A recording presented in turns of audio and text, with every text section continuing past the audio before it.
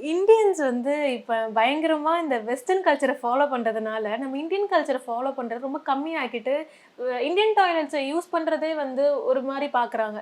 Western தான்ப்பா எனக்கு set ஆகும் அப்படின்னு வந்து சொல்றாங்க.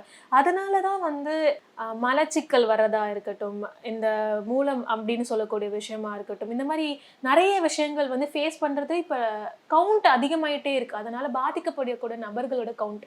இதுக்கும் அதுக்கும் சம்மந்தம் இருக்கிறதா சார்? ஒரு சின்ன தொடர்பு இருக்கு. ம். அதாவது வெஸ்டர்னைஸா ஆகுறதுல.